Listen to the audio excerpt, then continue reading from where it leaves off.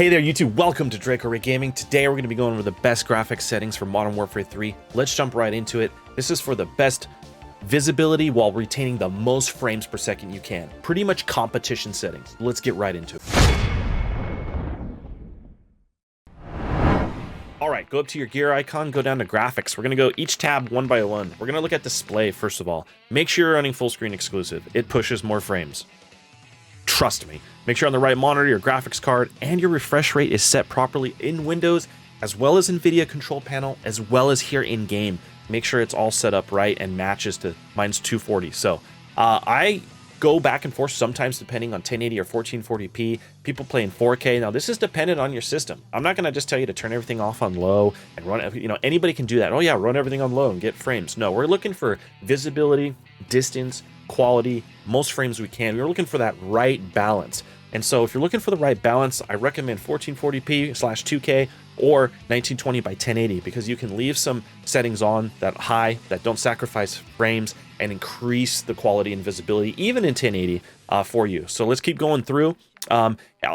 All your shaders are loaded, that you can restart them if you're having a problem. This is a good tip. Make sure they're on the top left-hand side that they have finished because that will hinder your performance. Every graphics driver update, every time the game has an update, it redoes the shaders. Sometimes they get stuck. Check this, recheck it, you know, restart it if they get stuck. 2.2 gamma, Nvidia reflex low latency. I've seen people be successful with on plus boost or on. You can run either one and they work great. It's actually pretty stable in Modern Warfare 3. Eco mode, not running it. VSync, no. VSync, none of this. We want the most frames, raw performance. We're not worried about screen tearing. If you're having screen tear, it takes a lot of hardware resources to run VSync, and you just don't want it. Custom frame rate limit, so I'm running up to 300, and Gash was hitting 300 frames in 1080, which is great on an RTX 3080. My system specs are down below in the description. I lock the menu to 120 and then leave that kind of whatever, but yeah, I'm kind of running it uncapped right now. Now, this is for debate because my frame only pushes, my monitor only pushes 240, so I kind of was setting it at 250 so that my system didn't use resources processing extra frames it didn't need to. I can't even see those frames on my monitor, so why process them out? And as a matter of fact, let's bring that back down to about 10 frames above our monitor's max, which is 250, and that's where we're going to set it at. So if your monitor is 144, do 154, 160, 150, whatever you want to do, but give it a little headroom there. So HDR, I don't run any of it. Don't like it. Don't like the way it looks. It also can limit frame rates and others. So I don't do it. We went ahead and clicked apply on that new 250 frame cap limit as we switched to quality. Now we're going through the quality tab. So I'm running custom. Now I ran the out of the box presets or the recommended, and I was getting like 175 to 220-ish frames, right? And then I went through here and set these settings. I'm getting 250, minimum 300 tops usually, and it's awesome. So I'm running my maximum frames on my monitor, and it's really helping me create that competitive edge. So VRAM scale target, this used to be a big issue in the game, and I skipped a few here, but I wanted to talk about this for a second because we used to have to set this down to like 50 or 60 because it seemed like the game was exceeding the 80 constantly, but now it seems to be dialed in Modern Warfare 3, and you can run 80 here or 90. Nvidia DLSS, try it out. It works pretty good now, actually, especially with Modern Warfare 3. It seems like they've got it dialed in. It can help boost frame rates and other things. I'm having good success with it on. So the render resolution and all that's locked to your current resolution.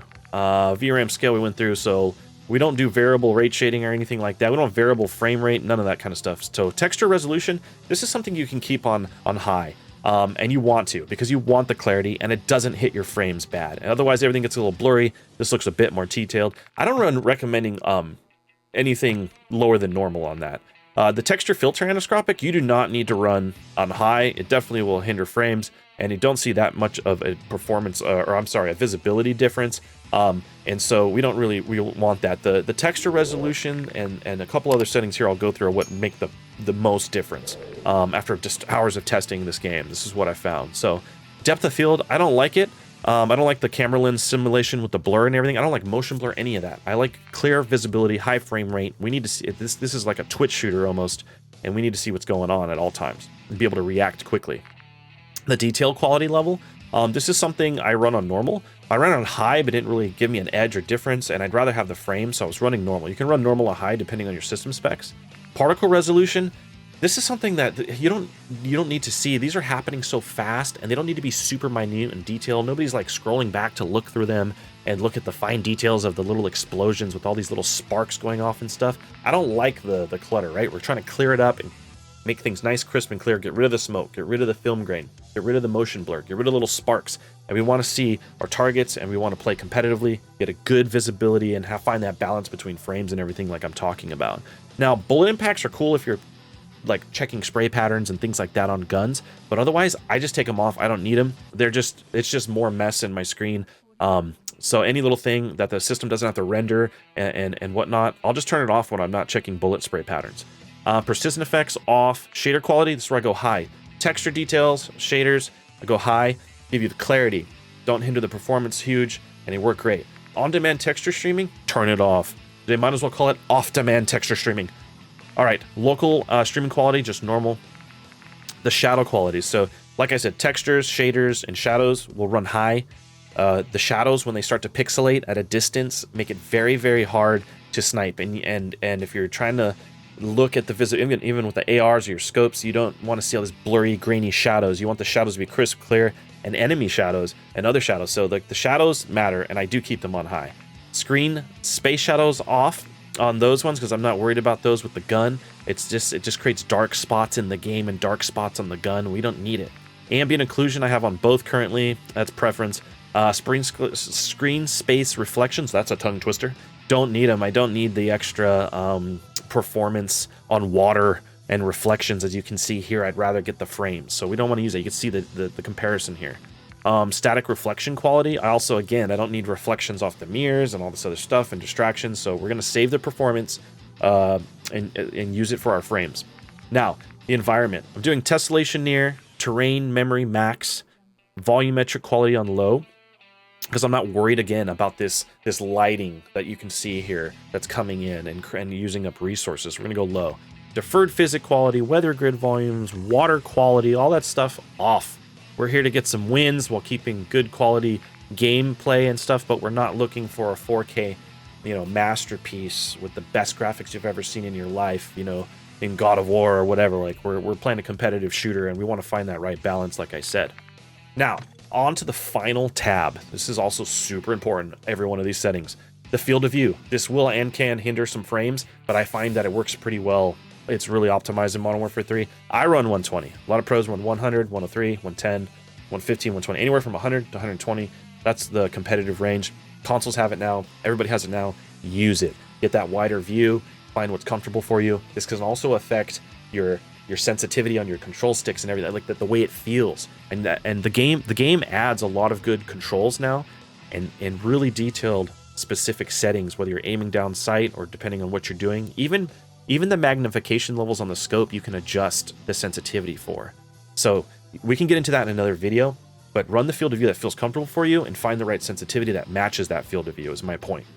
I gotta stay with an effective ADS field of view. Weapon field of view is on default for me right now. Third person field of view is on 90. Vehicle person is field of view is on default. So this is where it gets more important graphic wise. Weapon motion blur off. Weapon motion blur off. All this world motion blur, weapon blur off. Film grain off. Clean up the game. You can see the graininess and all that stuff. No, clear it up. And also, this is really important too, the movement of the screen and how much the shaking is going on and all that stuff. We don't want any of that. So what we're going to do is do least 50 as low as we can get it on both first and third person. And then the third person ADS transition is just default. You can star any of these settings as well too, that you know are important to you, because there's so many of them. You can go right here to this little blue star and click it. Very helpful little tip. Make sure you remember that. Spectator camera, I have it gamer perspective. I think default was helmet cam. I hate that. I just like it to stay in FPS mode. And the inverted flashbang off.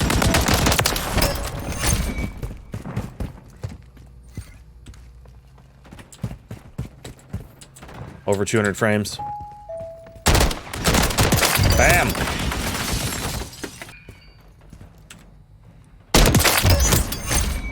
Got him.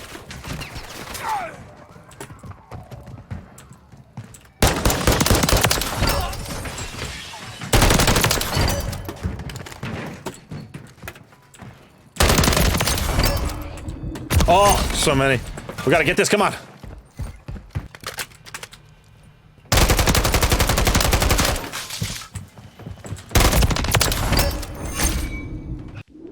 Done a lot of work testing out all these settings. I hope this helps you out. Please remember to like, comment, and subscribe. I know you'll be getting some FPS boost and good clear visibility for getting them shots and them snipes at a distance. I'm Draco Ray, and I'll see you next time.